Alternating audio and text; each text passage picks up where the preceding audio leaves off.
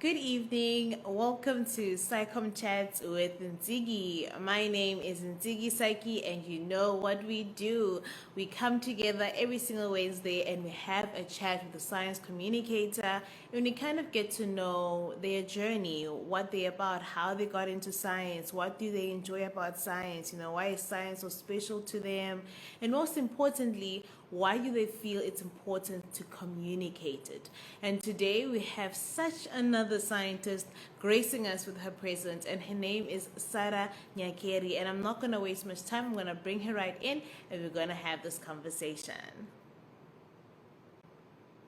So that this is a conversation, so engage with us using those comments and just comment there, whether it's to give Sarah some encouragement or to ask any questions, just go ahead. Hi, Sarah. Hi, Good evening. How are you doing? I'm good. How are you doing? Very well, thank you. I'm so excited to have this chat with you. I think one, it's because obviously it's not the first time I talk to you. Um, so I already feel like I know you a little bit, but it's nice now because I'm interviewing you. Reverse roles. Reverse roles. Because for people who don't know, Sarah is the host of the Vulnerable Scientist podcast, which we will obviously speak about as well. And she interviewed me a few weeks ago, and the episode is up. So make sure you check it out to learn more and hear her interview host skills, which are fantastic. So, how are you feeling? Are you feeling excited? Are you feeling nervous? I'm just there, actually. I've just eaten, so I'm full, so I'm happy. Food makes everything better. Food makes everything better. I agree for sure. So I don't want us to waste much time because as we can see, you are in the lab, meaning you are like, I gotta get back to work. So we will literally keep this conversation exactly 30 minutes and then let you get back to work. But thank you so much for agreeing to do this. Okay. Okay. All Good. right. Yeah, so let's get to know you a little bit. For somebody who's never met Sarah Nyakeri, who is she? Sorry, Nyakeri is, first of all, thanks for inviting me to this live. It's my first time to do this, so it's kind of exciting and get, I don't know, a lot of things. So Sarah Nyakeri is MSc student at JQuat. She's also a MSc fellow at ILRI, International Livestock for Research Institute. She's also an informal science communicator. I have to be specific about that. And she also helps in a few communications in the bioinformatics spectrum because I am a molecular biology and bioinformatics student. So I work with BHKI, which is the Bioinformatics Hub of Kenya Initiative. I also work with Noble Kinmat, which is a company that does bioinformatics training. Yeah, and I am also the host of the Vulnerable Scientist podcast, as earlier mentioned, and that's one of the most exciting parts that I am right now. Do I tell you more about my current research? We are going to get into that. You see, you know already what the questions are like. We're going to get into that. But before we get into your research, tell us a little bit about your journey into science. Like, how did you end up a scientist? Was it something you've always wanted to do when you were young? Like, when I grow up, I'm going to be a scientist? Or like, how did it come about? Actually, the funny thing, I never really wanted to be a scientist, but I remember when I was listing the things that I wanted to do, being a scientist was one of them, but it's just part of a list. I wanted to be an architect. Then, in the Kenyan system, there's a way like you have to apply for courses, different courses. Then the ones that you accepted are the ones that you picked for. And I was picked for biochemistry. So it's not like something I was thinking about before, but it just happened that I was chosen for a science course, which was biochemistry by then.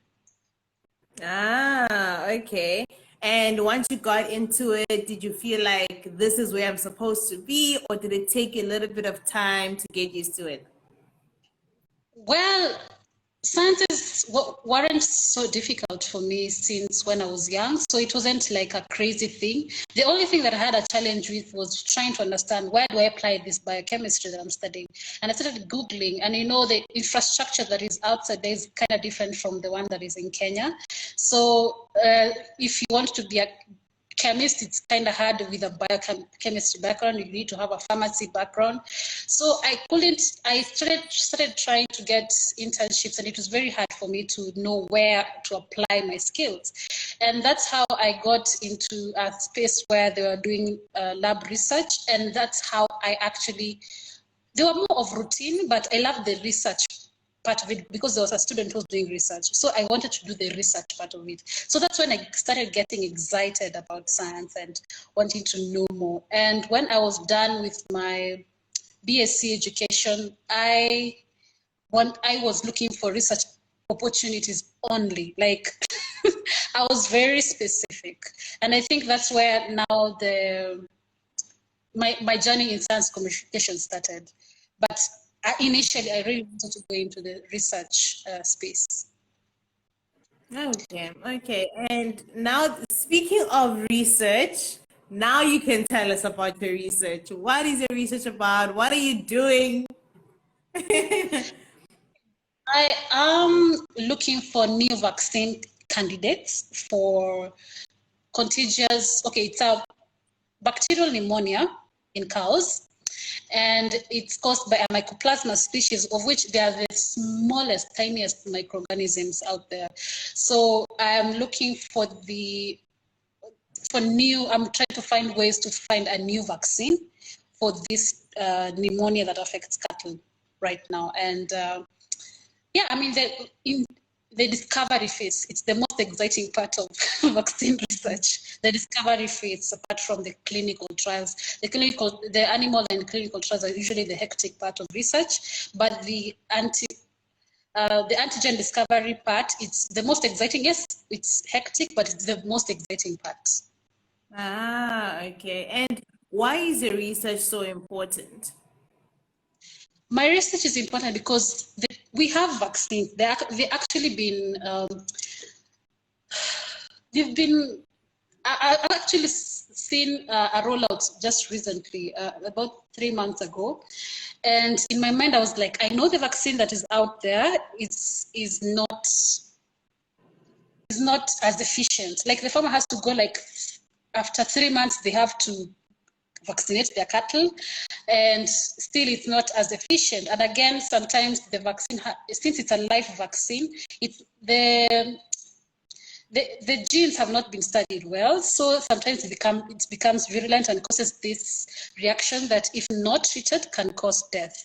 So you can imagine a farmer is in between having a disease that can finish his animals all at once, if it's a new herd, and having a vaccine that can cause possible death in their animal, So this is why it's important, because the current vaccine, this disease is endemic in 12 African countries and some parts of Asia, and it's causing very huge losses, over $30 million every single year.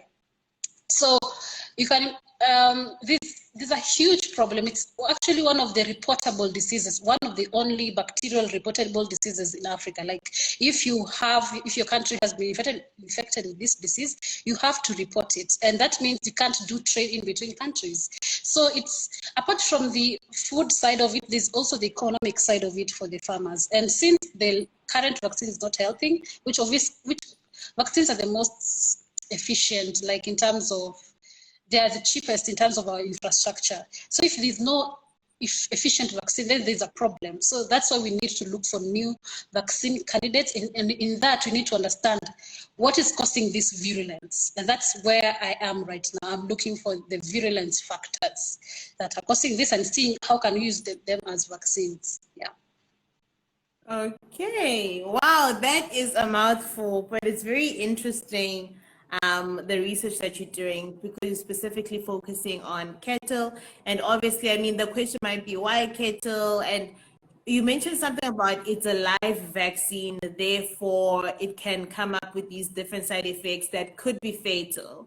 Do you think, this is probably a very controversial question, but do you think that is maybe one of the reasons why people have refused to get vaccinated for the COVID, for example? Because they're like, oh, what if they're using live vaccines and I could also get sick and have side effects and also like die or something like that? Do you think that is something sometimes that is in the back of their minds? There are very different kinds of vaccines, They're different in terms of the technology behind the vaccine. So there's the one that has been inactivated. That's the live vaccine. I mean, it has the proteinous parts of it, but it's an actual bacterial thing, but has been inactivated. It has been passaged several times.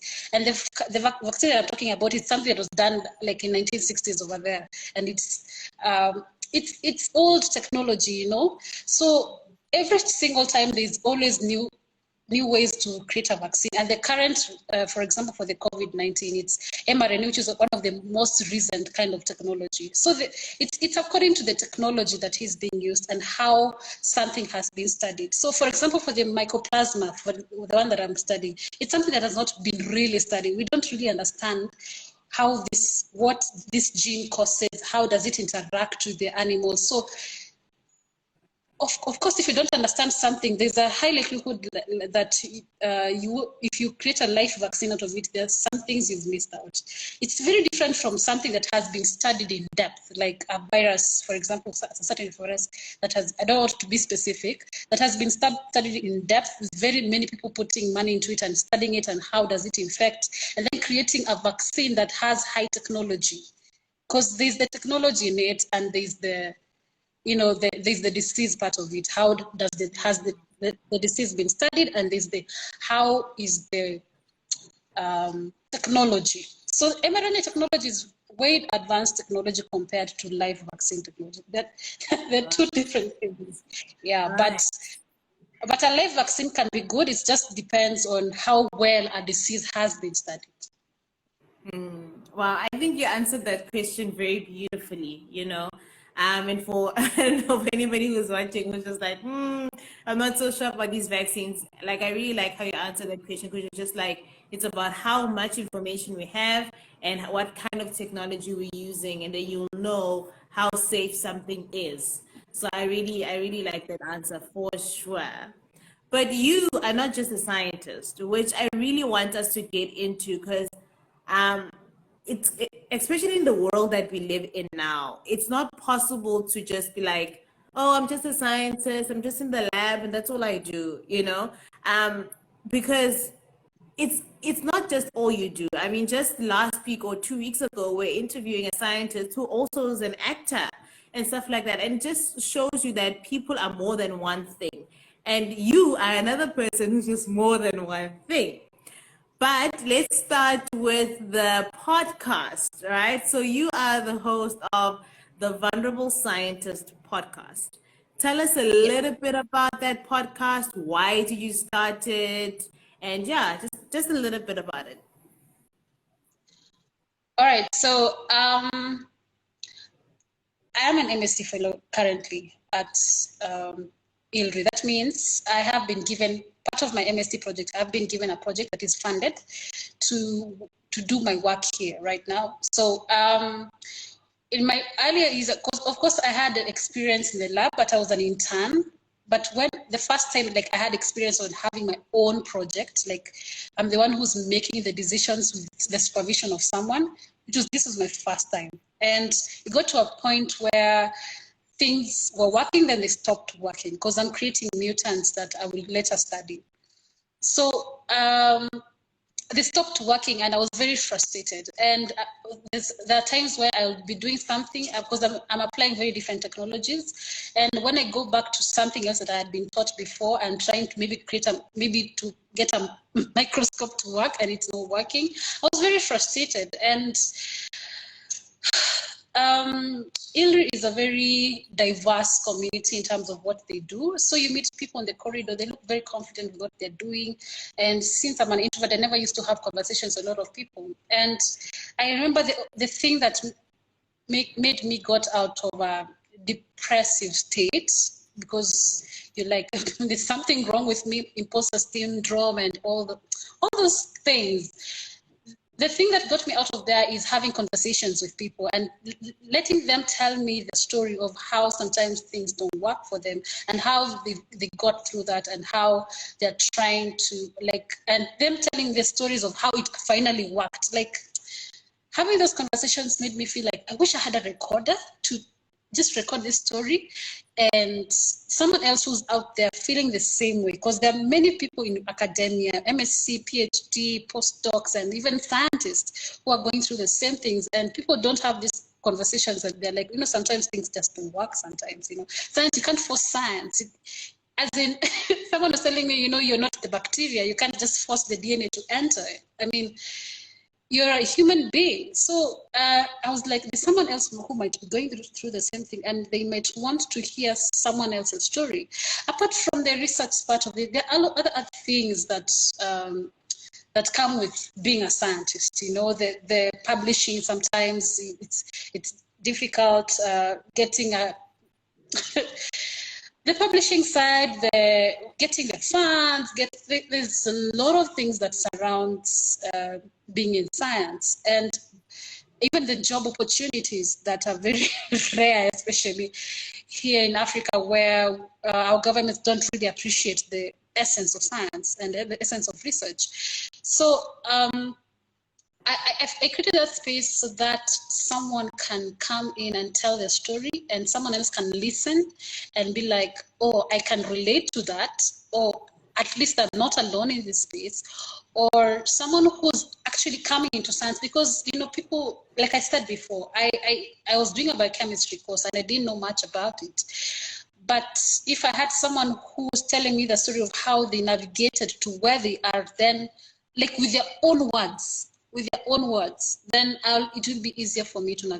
Or someone else who is not in science wants to know what it takes to be a scientist, because people don't know. Sometimes it takes, like, I know people who are over 35 and all their life they've been in school, like, but for them to actually do a certain project that has been recognized and create tools, like, you don't really know what took them, what happened to them, or what they have been doing for them to get that certain product.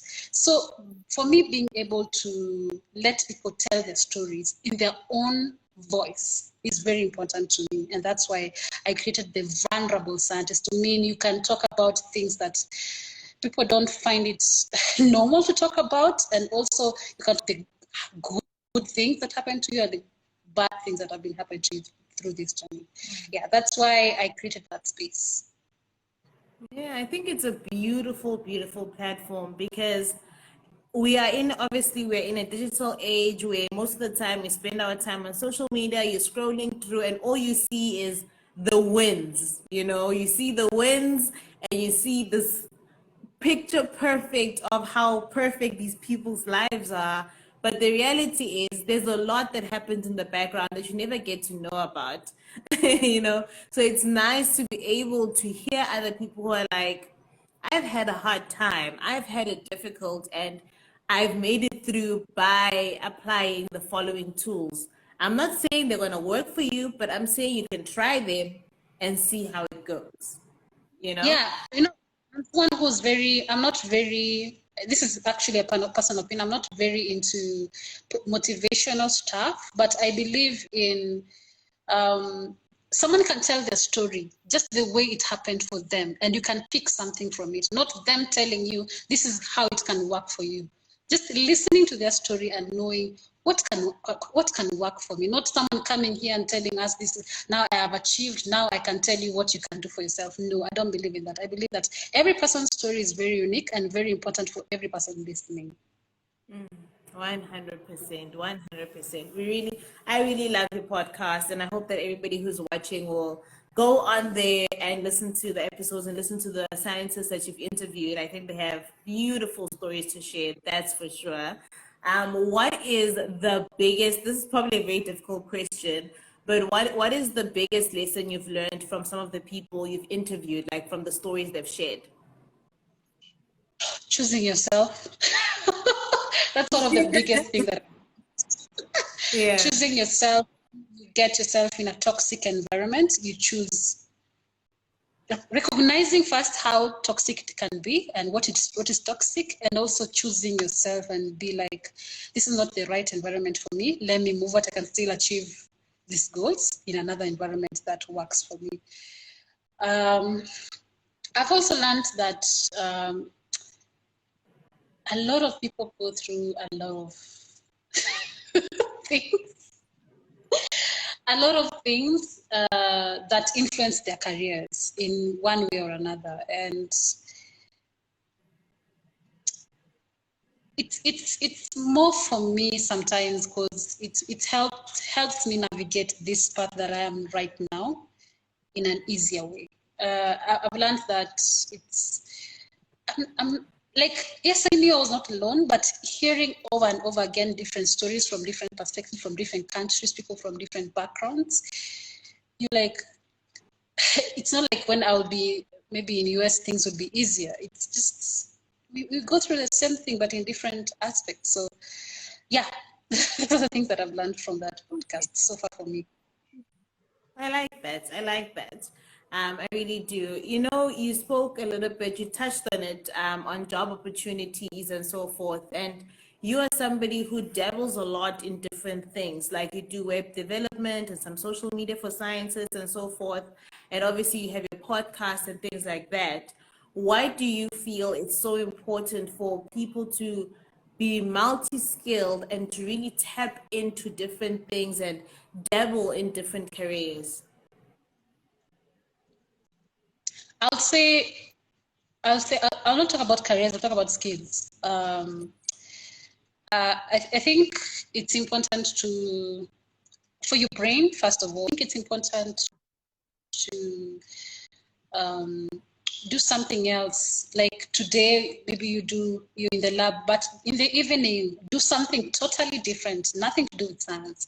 Maybe learn how to do, how to create a website, a simple website, how to create a logo, like simple stuff, or how to edit an audio, or just anything. There's so many things to learn, and there's so many resources, and I feel like if you have a skill, there's so much you can do with it. Like for example, there's an upcoming competition to communicate science in 3 minutes in our institution, and one of the things that I've seen that has helped me in designing my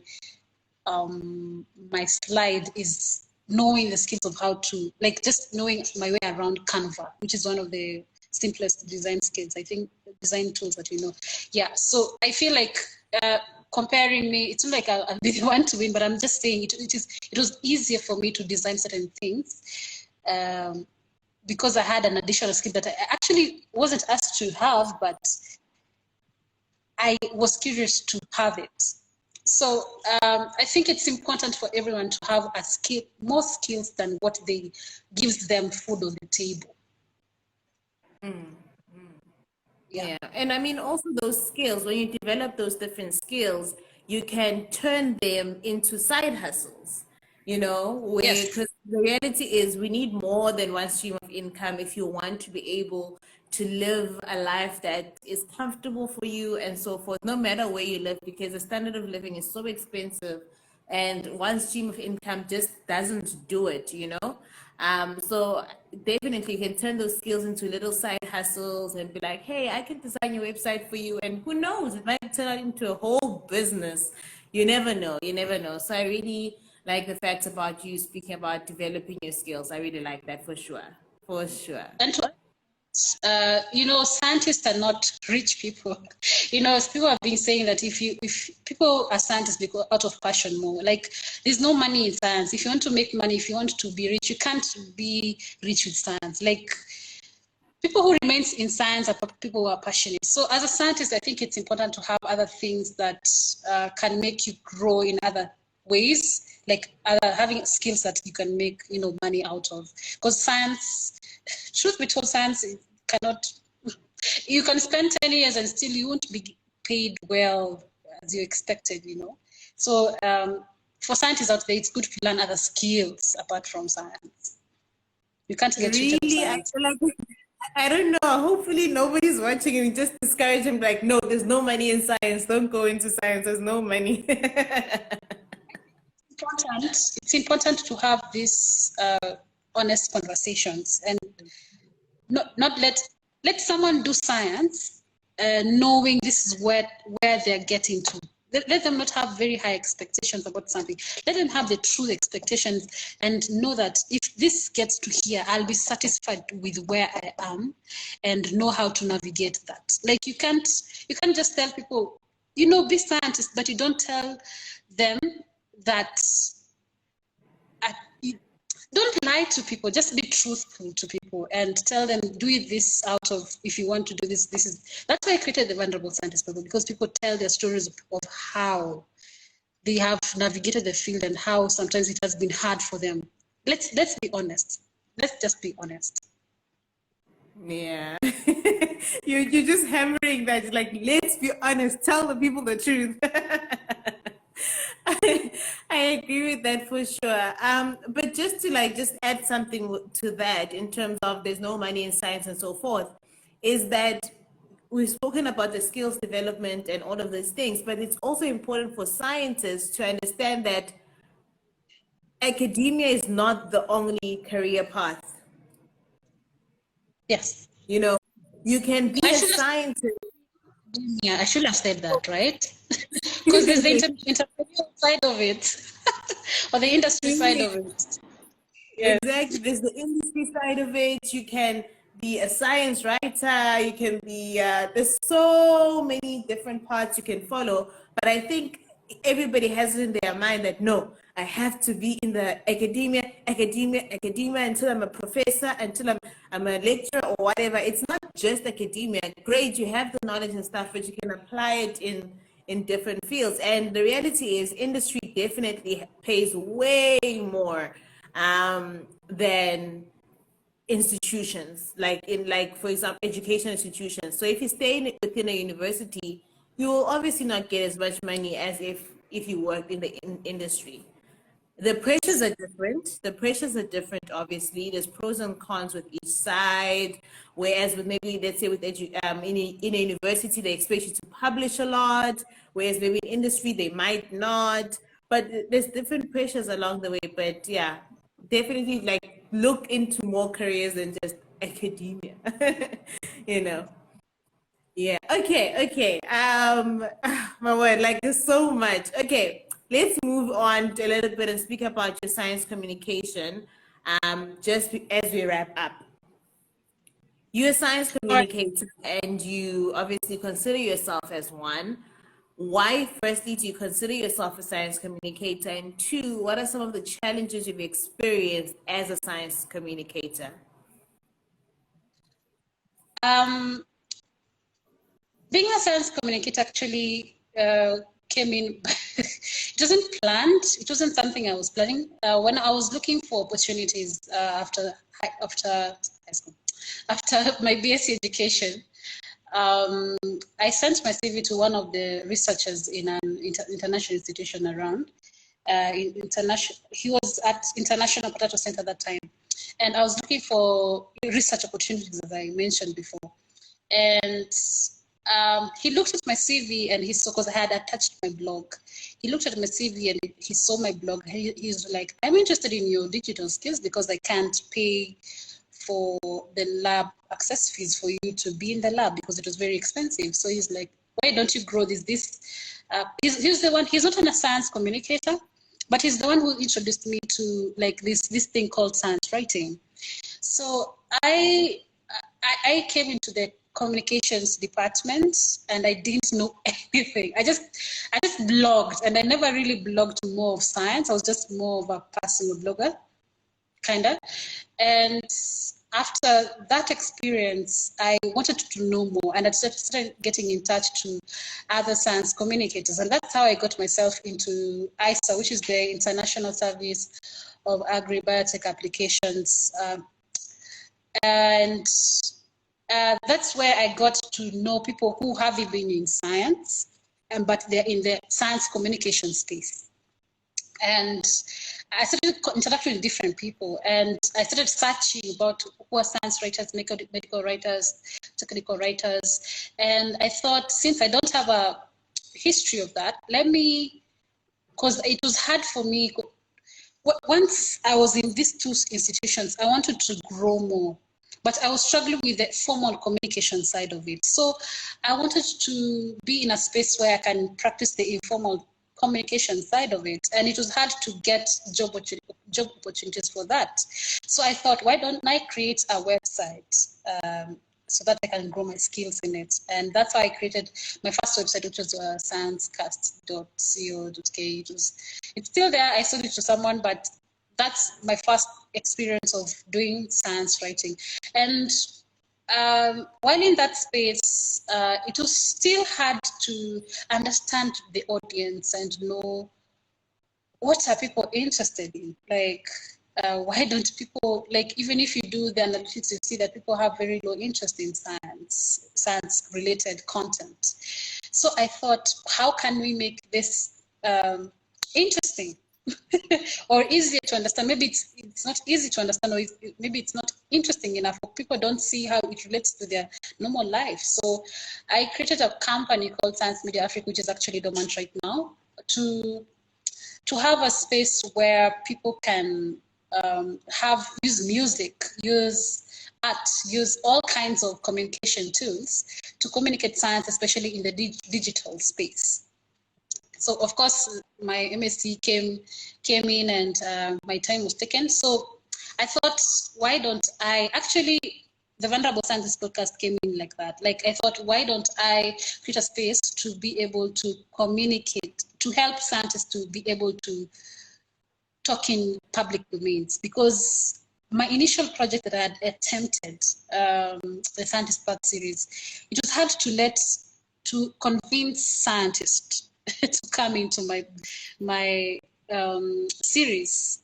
It was so hard for me to even convince them that you can do them. Or they're like, oh, I'm not someone who can do video, or I don't think I'm confident enough to communicate this. I don't think I know how to communicate my science, because I don't even communicate that to my wife, for example. I don't communicate that to my husband or my siblings. How can it be easy for me to communicate to other people who I don't even know will be listening to me, and it will be on the internet for forever? So I felt like the podcast will be a space where it's either like there's no face to it, and also it's like we're not talking more of science, we're talking more of your journey and just stories, and at least have a network of scientists who I can go to and now do the more science-related stories. I hope I've connected the challenges and my journey into that. Yeah, 100%. Final question, and then we are done. Well, it's not even a question, but it's more complete the sentence. I am a science communicator because I love telling stories of scientists. okay. I like that. I like that. With that, Sarah, we say thank you for joining us today, and also thank you to everybody for watching. I think it was such an insightful chat, and I really enjoyed talking to you. Yeah, and hopefully we can bring you back on again some other time to discuss a little bit more. Okay, thanks for bringing me in, and I enjoyed this. I'm glad you did. And for everybody who's watching, remember to check out Sarah's podcast, the Vulnerable Scientist podcast. It really is beautiful, and you'd learn so much from there. Yeah, so thank you. All right, Bye. have a good evening. Bye. Bye.